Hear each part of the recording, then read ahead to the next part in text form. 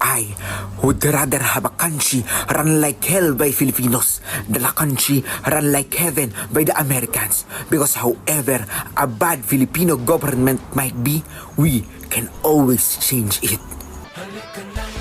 Ako, si Manuel Luis Quezon, ang tinaguri ang ama ng wikang pambansa at unang pangulo ng Commonwealth ng Pilipinas. Ipinanganak ako noong 19 ng Agosto 1878 sa Baler, Tayabas. Mula pagkabata, nakita ko ang hirap ng mga Pilipino sa ilalim ng banyagang pamamahala at doon ko sinumpa sa sarili ko na hindi ako titigil hanggat makamit natin ang tunay na kasarinlan.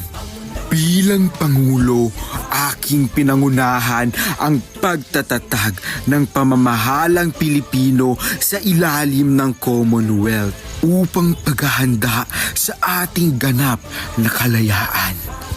Ngunit higit sa lahat, ako'y nagsulong ng isang wikang magbubuklod sa ating lahat, ang ating wikang pambansa.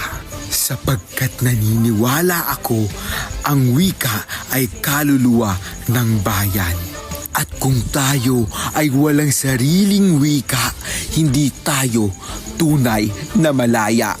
Aking sinambit ang mga katagang I prepare a government run like hell by Filipinos to one run like heaven by Americans. Bakit? Sapagkat mas pipiliin kong magkamali bilang isang malayang Pilipino kaysa magtagumpay bilang alipin ng iba. Para sa bayan, para sa lahing Pilipino, ipagpatuloy natin ang laban ng puso't dangal.